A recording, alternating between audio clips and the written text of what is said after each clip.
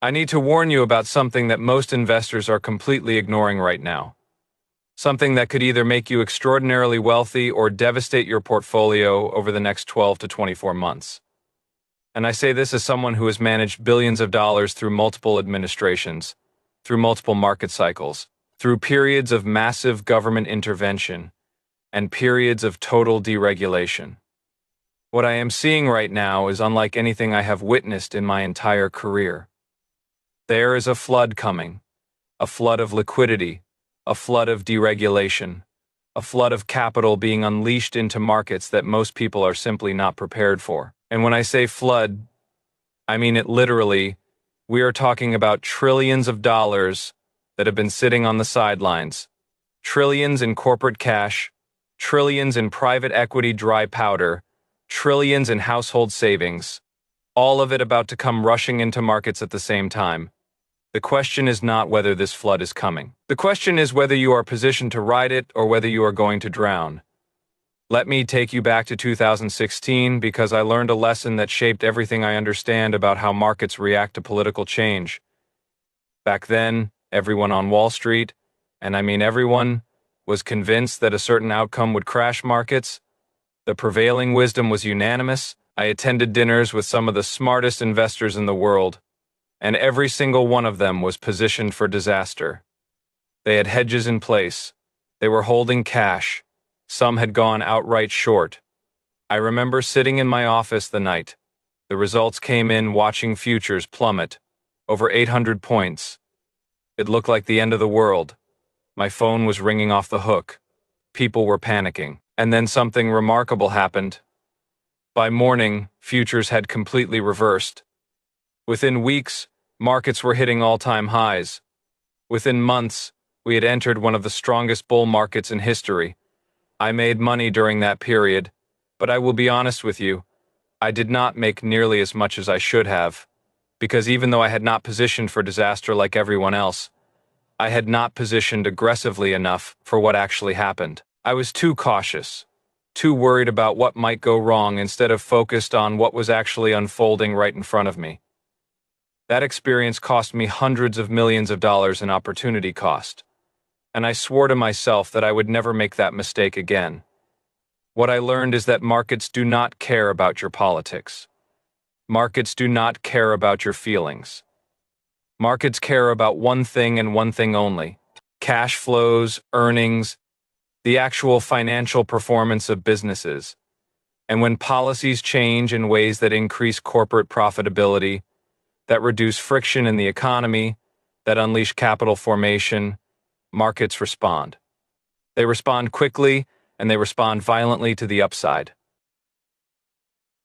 Right now, I am seeing the setup for something even bigger than what happened in 2017, because the conditions are different.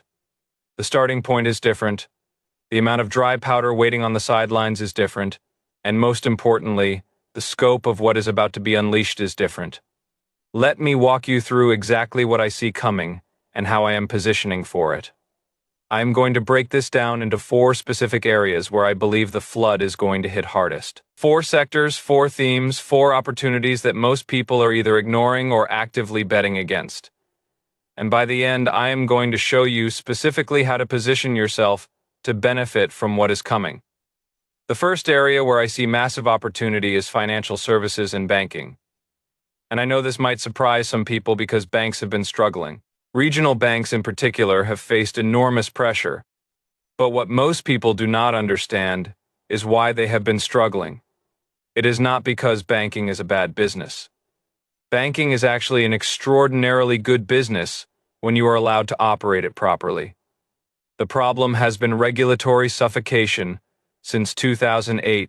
Banks have faced layer upon layer of compliance requirements, capital requirements, stress tests, restrictions on lending, restrictions on trading, restrictions on everything. The cost of compliance at a major bank today is measured in billions of dollars annually. Billions that could be going to shareholders, could be funding loans, could be growing the economy. What I am seeing now is the beginning of a massive deregulatory wave in financial services. We are talking about rolling back components of Dodd-Frank that never made sense in the first place. We are talking about reducing capital requirements that have forced banks to hold excessive reserves instead of lending that money into the economy. We are talking about streamlining the approval process for mergers and acquisitions that has been essentially frozen for years. Think about what this means for bank earnings. If compliance costs drop by even 20 or 30%, that flows directly to the bottom line. If capital requirements are reduced, banks can buy back more stock, increase dividends, or expand lending. If merger approvals start flowing again, you are going to see a wave of consolidation that creates tremendous value for shareholders of both acquirers and targets. I have been quietly building positions in several large money center banks and select regional banks that I believe are going to be the biggest beneficiaries of this shift. The stocks are trading at 8 to 10 times earnings in some cases, historic lows relative to the broader market, and I believe you could see these valuations re-rate to 12 to 14 times earnings within 18 months, which would represent 40 to 60% upside before you even account for earnings growth. The banks I am focused on share several characteristics. They have strong management teams that have been preparing for this moment. They have clean balance sheets that survived the stress of higher rates. They have geographic footprints or business lines that position them to benefit most from deregulation. And critically, they have been buying back their own stock at these depressed levels, which means shareholders are going to benefit disproportionately when the re-rating happens. Let me give you a specific example of what I mean. There is a major bank that I have been accumulating shares in for the past 18 months. This bank generates roughly $30 billion in revenue annually. Of that $30 billion, approximately $4 billion goes to compliance and regulatory costs. $4 billion. That is 13% of total revenue consumed by bureaucracy, not by actually serving customers or generating returns for shareholders, by filling out forms and responding to examinations and hiring compliance officers. If deregulation reduces those costs by even 30%, that is $1.2 billion flowing to the bottom line. At current share counts, that represents nearly $2 per share in additional earnings.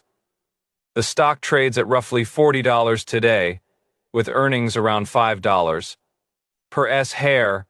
Add $2 of deregulated earnings, and you have $7 earnings power.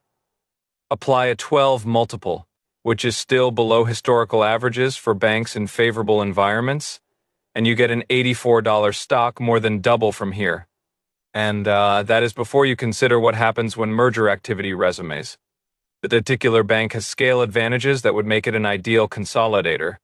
There are dozens of smaller regional banks that need to be acquired by someone. They cannot survive independently with their cost structures. Under the prior administration, those mergers were essentially impossible to get approved. Under the new administration, the approval process is going to be dramatically faster and more predictable. I expect this bank to announce at least one significant acquisition within the next 12 months. When they do, the market is going to wake up to the earnings power that I have been describing. By then, the stock will already be higher, but there will still be substantial upside as the acquisition synergies flow through. But the DITs will tell you that bank stocks are value traps, that they have been cheap for years and have gone nowhere, and they are right about the history.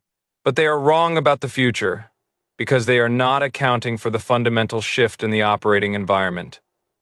Banks were cheap because the regulatory environment made it impossible for them to generate attractive returns.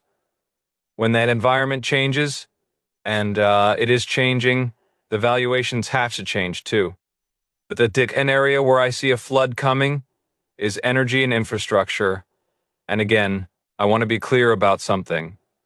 I am not an ideologue about energy. I have invested in renewable energy companies. I believe climate change is a real issue that requires serious solutions. But I also live in the real world. And in the real world, we cannot power a modern economy on wind and solar alone. Not today. Not in 10 years. Probably not in 20 years. What I am seeing is a fundamental shift in how the government is going to approach energy policy. We are moving from an approach that tried to strangle domestic oil and gas production toward an approach that is going to unleash it. We are moving from blocking pipelines and export terminals toward fast-tracking approvals. We are moving from restricting drilling on federal lands toward opening them up. The implications for energy companies are profound. When you reduce regulatory uncertainty, when you streamline permitting, when you create a favorable environment for capital investment, you get more production, more infrastructure, more jobs, and critically for investors, higher returns on capital. I have been building positions in what I call the infrastructure enablers. These are not necessarily the oil and gas producers themselves, although some of those are attractive. These are the companies that provide the picks and shovels for energy development, pipeline operators, export terminal owners, equipment and service providers. Companies that are going to see their volumes and utilization rates surge as domestic production ramps up. One position I have been building is in a company that owns critical pipeline infrastructure connecting production basins to export facilities. This company has been artificially constrained for years because new pipeline projects have been essentially impossible to permit. But the existing infrastructure they own has become incredibly valuable precisely because no new competition can be built. When export volumes increase, which they will, this company's cash flows are going to surge. They are already generating substantial free cash flow at current volumes. At higher utilization rates, the incremental revenue drops almost entirely to the bottom line because the infrastructure is already built and paid for. I see 40 to 50% upside in this name within 12 to 18 months, plus a dividend yield north of 6% while you wait. Let me explain why I am so confident about energy infrastructure specifically.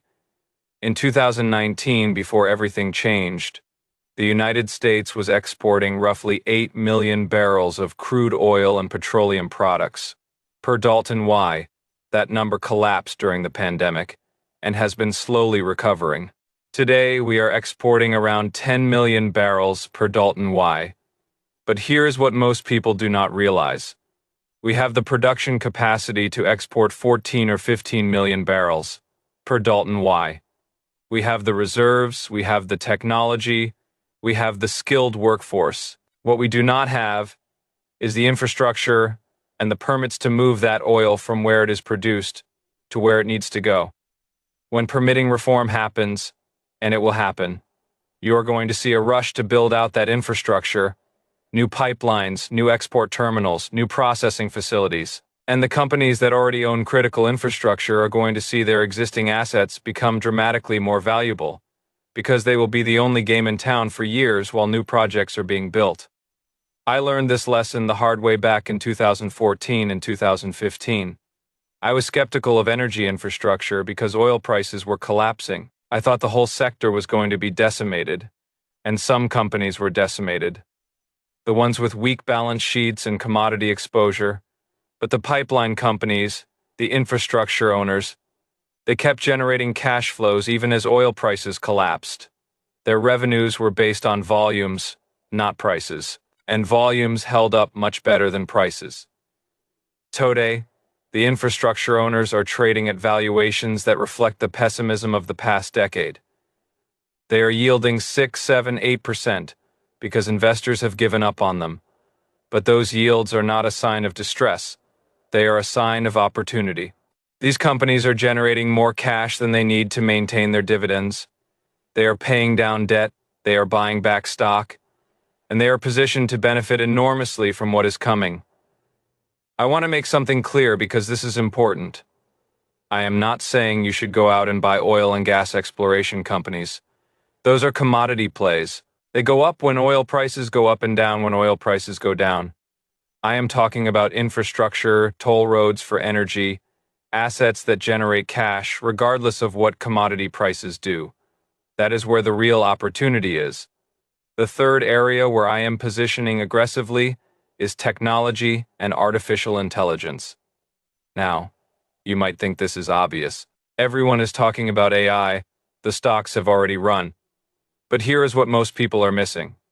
The regulatory environment for big tech has been extraordinarily hostile for the past 4 years. Antitrust investigations, threats of breakups, proposals to regulate algorithms, restrictions on acquisitions, all of that is about to change dramatically.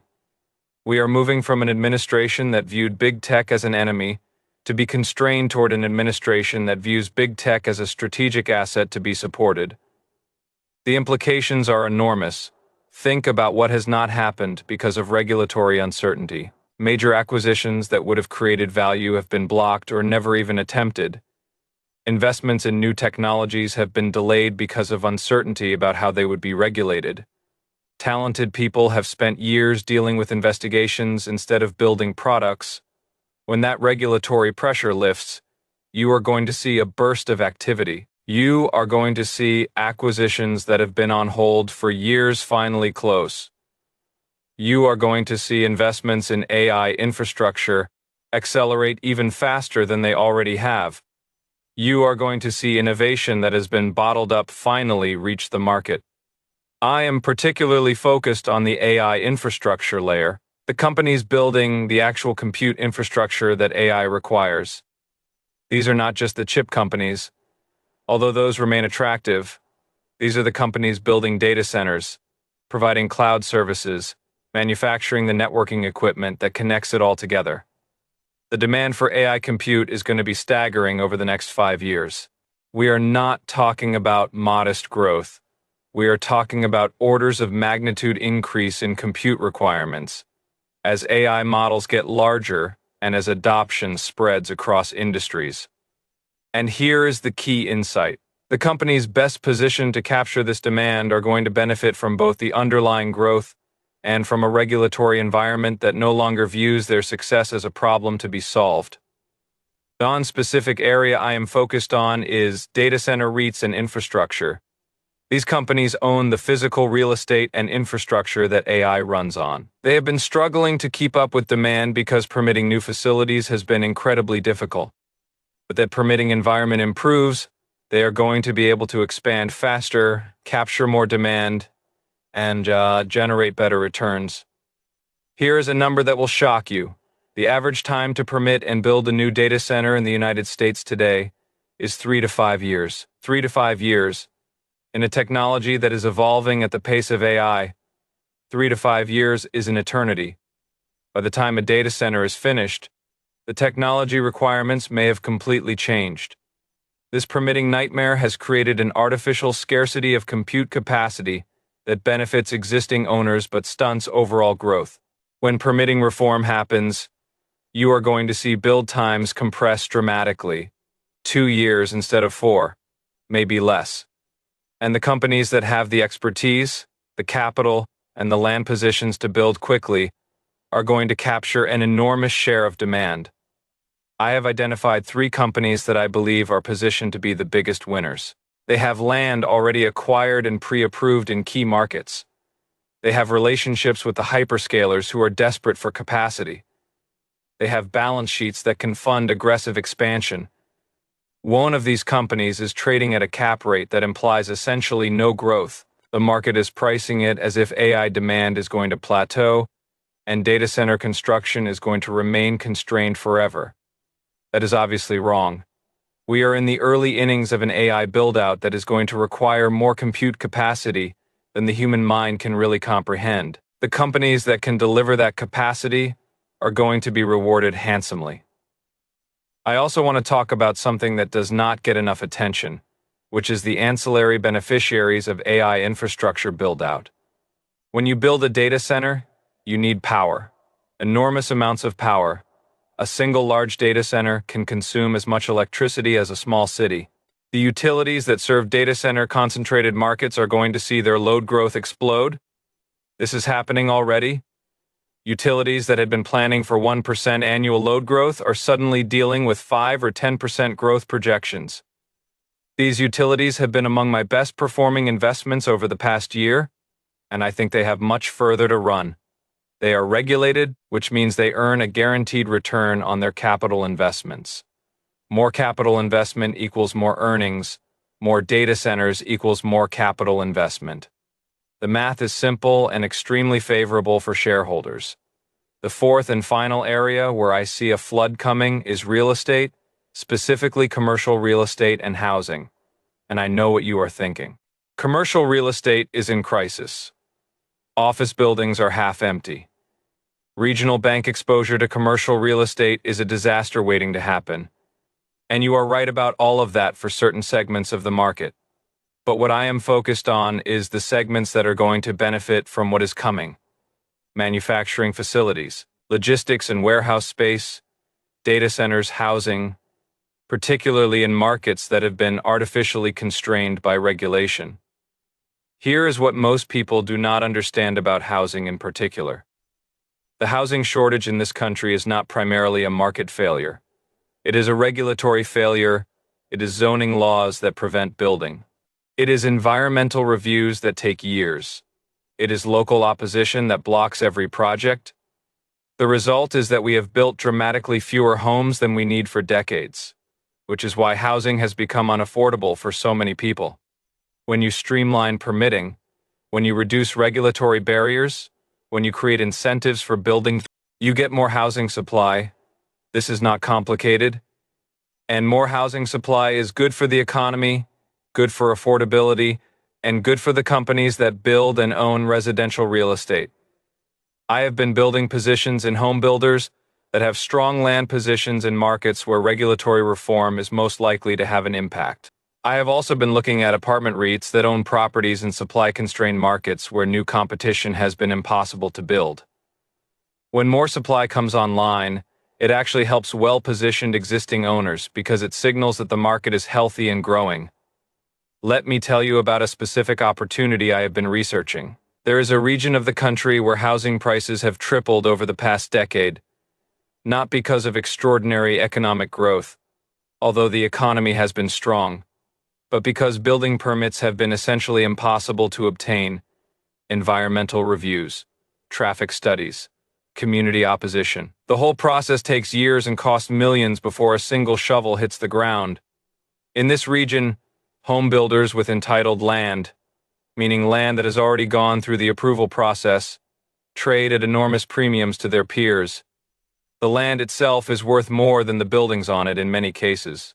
And anyone who owns entitled land is sitting on a gold mine because no new competition can enter the market. What happens when permitting reform comes to this region?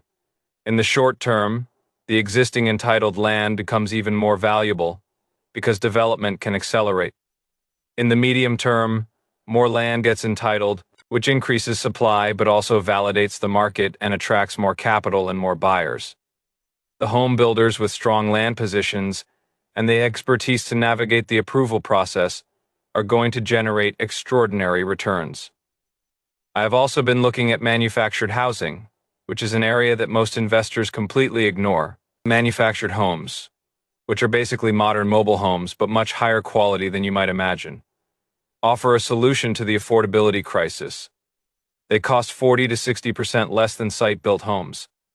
They can be placed on land that is already approved for residential use, and they appeal to exactly the demographic that has been priced out of traditional housing. Young families and retirees on fixed incomes, the companies that manufacture, finance, and operate manufactured housing communities are trading relatively low valuations relative to their growth potential. One company I own has been growing revenues at 15% annually for the past 5 years. It generates substantial free cash flow. It has a pristine balance sheet, and it trades at 10 times earnings.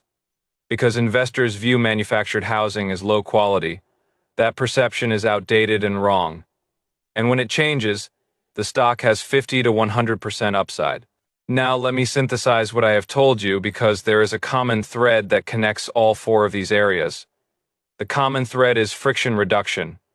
We have lived through a period where the government has systematically increased friction in the economy.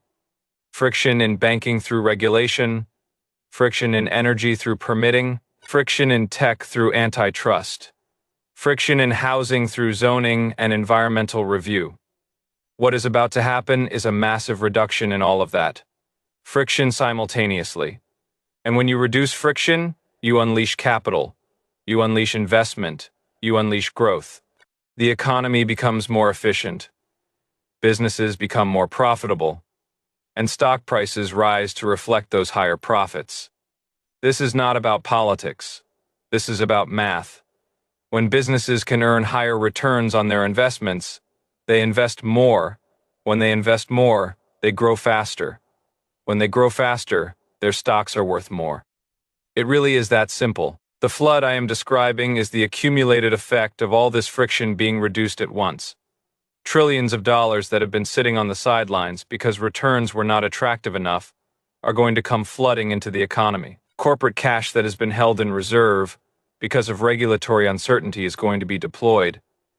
Private equity dry powder that has been waiting for opportunities is going to be invested. And here is the most important part. Most investors are not positioned for this. They are still positioned for the old regime. They are still worried about things that are no longer going to be problems.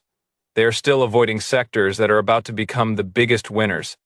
That creates an enormous opportunity for those who understand what is actually happening. So how do you actually position for this? Let me give you a specific framework. First, you need to increase your equity allocation. If you have been sitting in cash or bonds because you were worried about uncertainty, that uncertainty is resolving in favor of equities. The risk-reward has shifted dramatically. Cash is no longer a safe haven. Cash is an opportunity cost that is going to compound against you as markets move higher. Second, you need to tilt toward the sectors I have described: financials, energy infrastructure, AI and technology, real estate. These are going to be the biggest beneficiaries of what is coming. You do not need to pick individual stocks if that is not your style. There are ETFs that give you exposure to each of these sectors, but you need to have exposure. Third, you need to reduce or eliminate your hedges. I have talked to many investors who are holding put options or other forms of downside protection because they are worried about a crash. Those hedges are going to bleed value as markets grind higher. They are going to cost you money every month while the positions they are supposed to protect go up. This is not the time to pay for insurance against an event that is increasingly unlikely to happen.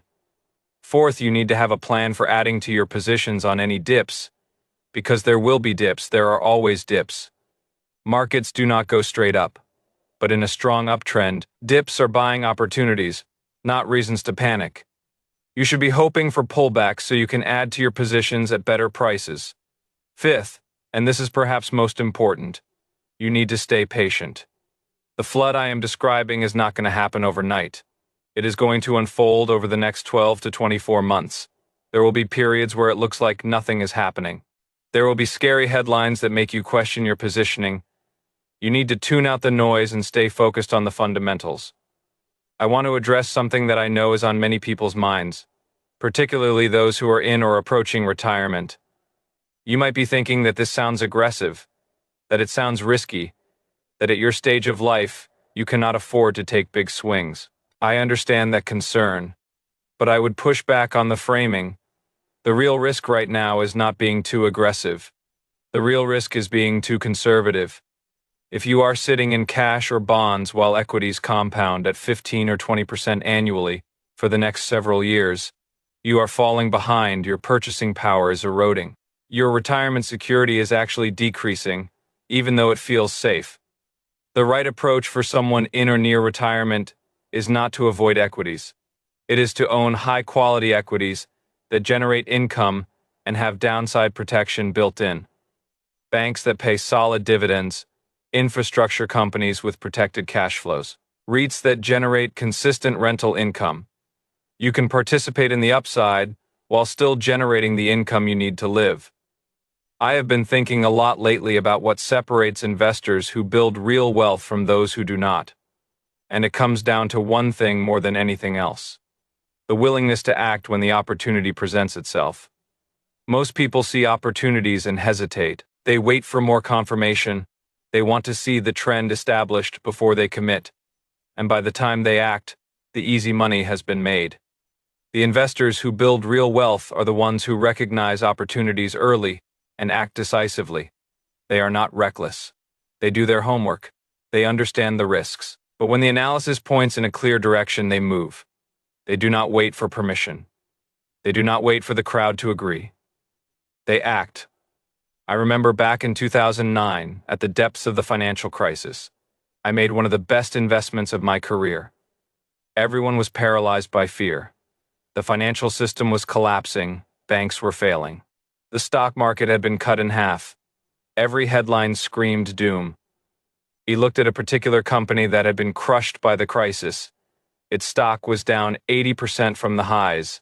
The market was pricing it for bankruptcy. And yet, when I did the analysis, when I looked at the actual assets and cash flows and competitive position, I saw a business that was going to survive. Not just survive, but thrive. Once the panic passed, I built a large position over several months, accumulating shares while everyone else was selling. It was uncomfortable. Every day the stock went down, I bought more. My investors questioned my sanity. Some of them redeemed their capital. They thought I had lost my mind. That investment went up over 10 times from my average cost. It became one of the most profitable positions I have ever held. And it happened because I was willing to act when the opportunity was right in front of me, even though it was terrifying. The situation today is different. We are not in a crisis. Markets are not collapsing. Fear is not paralyzing investors. But the opportunity is equally compelling in its own way. The opportunity is to position for a fundamental shift in the operating environment that most investors are not seeing or are choosing to ignore. History rewards those who see around corners, who understand that the future is not going to look like the past, who position themselves for the world that is coming rather than the world that was. That is what I am doing today. That is what I am urging you to consider. Right now, the opportunity is clear. We are at the beginning of a major shift in the regulatory and policy environment. A shift that is going to benefit equities broadly and certain sectors specifically. A shift that most investors are not positioned for because they are still fighting the last war. I have been managing money for over 30 years. I have seen bull markets and bear markets. I have made mistakes, and I have had successes. And everything I have learned tells me that this is one of those moments. One of those moments where the opportunity is right in front of you if you are willing to see it and act on it. The flood is coming. The only question is whether you will be positioned to ride it or whether you will watch from the sidelines, while others build the wealth that could have been yours. I know which choice I am making. I know which choice I hope you make too. The next 12 to 24 months are going to reshape portfolios. They are going to create new wealth. They are going to separate the investors who understood what was happening from those who did not. This is not about prediction. This is about pattern recognition, about understanding how markets respond to fundamental shifts in the operating environment. I have positioned my personal capital, and the capital I manage for what is coming. I am more bullish than I have been in years. Not because I am optimistic by nature, I am actually quite skeptical by nature, but because the setup is that clear, because the opportunity is that compelling, because the risk of missing this is greater than the risk of being wrong. The flood is coming. Be ready.